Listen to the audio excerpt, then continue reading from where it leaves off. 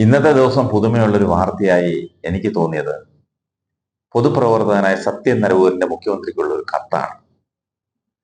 പ്രതിപക്ഷ നേതാവിനെ കൂടി കക്ഷി ചേർത്തുകൊണ്ടാണ് കത്ത് തയ്യാറാക്കിയിരിക്കുന്നത്.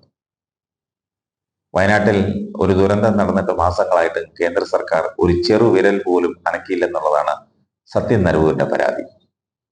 വയനാട്ടിന്റെ ഒരു പ്രദേശം മുഴുവൻ പ്രകൃതി എടുത്തുകൊണ്ടു പോവുകയും 420ഓളം പേര് മരിക്കുകയും ചെയ്തിട്ടും ഇന്ത്യയിലെ ഒരു സംസ്ഥാനമായ കേരളത്തിലേക്ക് കേന്ദ്ര സർക്കാർ തിരിഞ്ഞു നോക്കിയില്ലെന്നതാണ് സത്യന്റെ നിരീക്ഷണം.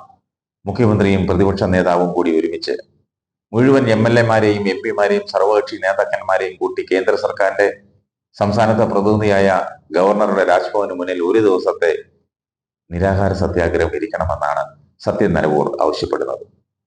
ദേശീയ ശ്രദ്ധ കിട്ടുവാനും കേരളത്തിന് അർഹമായത് ചോദിച്ചു വാങ്ങുവാനും ഇത് സഹായകരമാകും. സത്യത്തിൽ ഈ വാർത്ത കണ്ടപ്പോൾ ഒരു കൗതുകം തോന്നി. ആരും ഇതുവരെ ചിന്തിക്കാത്ത ഒരു വഴിയിലൂടെയാണല്ലോ സത്യൻ നരവൂരിന്റെ യാത്രയെന്ന് തോന്നിപ്പോയി.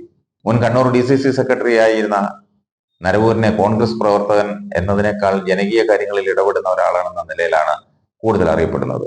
വിശുദ്ധ പശുവായി അറിയപ്പെട്ടിരുന്ന പഴയ വിജിലൻസ് ഡയറക്ടർ ജേക്കബ് തോമസിന്റെ അവിശുദ്ധ ഇടപാടുകൾ മുഴുവൻ പുറത്തു കൊണ്ടുവരികയും ആ വകയിൽ സർക്കാരിന് വന്ന നഷ്ടം തുറന്നു കാണിക്കുകയും ചെയ്തത് സത്യൻ നരവൂരാണ്.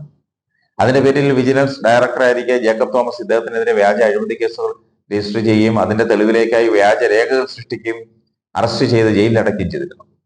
ഹൈക്കോടതി ഇടപെട്ട് ഈ കേസുകളെല്ലാം വ്യാജമാണെന്ന് പറയുകയും തെറ്റായി രജിസ്റ്റർ ചെയ്ത കേസുകളെല്ലാം റദ്ദാക്കുകയും ചെയ്തത് ഈ അടുത്ത സമയത്താണ്.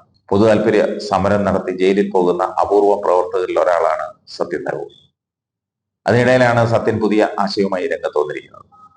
കരയുന്ന കൊച്ചിനെ പാലുള്ളൂ എന്ന തത്വത്തെ അടിസ്ഥാനപ്പെടുത്തിയാണ് സത്യൻ നരവൂർ ഈ പുതിയ തന്ത്രവുമായി ഇറങ്ങിയിരിക്കുന്നത്. തെരഞ്ഞെടുപ്പിൽ ജയിച്ച് വയനാട്ടിലെ MP ആയാൽ രാഷ്ട്രപതി ഭവന് മുന്നിൽ ഈ ആവശ്യം ഉന്നയിച്ച് പ്രിയങ്ക ഗാന്ധി നിരാഹാരം അനുഷ്ഠിക്കണമെന്നാണ് അദ്ദേഹത്തിന്റെ മറ്റൊരാവശ്യം. ഗാന്ധി കുടുംബത്തിന് അത് എത്രമാത്രം സ്വീകാര്യമാകുമെന്ന് എനിക്ക് മനസ്സിലാകുന്നില്ല. ഏതായാലും വഖഫ് പ്രശ്നത്തിൽ ഒരുമിച്ച് നിന്ന് പ്രമേയം പാസാക്കി അയക്കുവാൻ കാണിച്ച ആ ശുഷ്കാന്തിയെങ്കിലും ഭരണ പ്രതിപക്ഷ ഭേദമന്യേ എല്ലാവരും കൂടി ഈ വിഷയത്തിൽ കാണിക്കണം.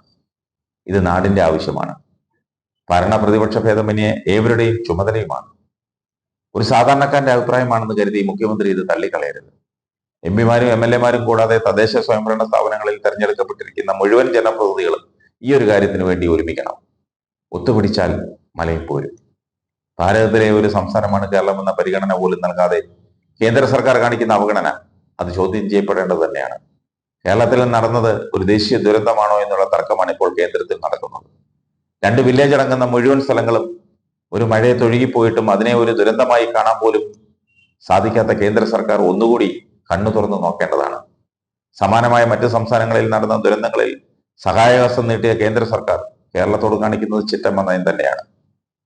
തൃശ്ശൂരിനെ ഞാൻ ഇങ്ങ് എടുക്കുവാണെന്ന് പറഞ്ഞ് കളത്തിലിറങ്ങിയിട്ട് തൃശ്ശൂരിനെയും കേരളത്തെയും പോരാഞ്ഞിട്ട് തമിഴ്നാടിനെയും എടുത്തുകൊണ്ട് കേന്ദ്രത്തിലേക്ക് വണ്ടി കയറിയ സുരേഷ് ഗോപി ഇതൊന്നും അറിയുന്നില്ലെന്നുള്ളതും ദുഃഖകരമായ ഒരു അവസ്ഥയാണ്.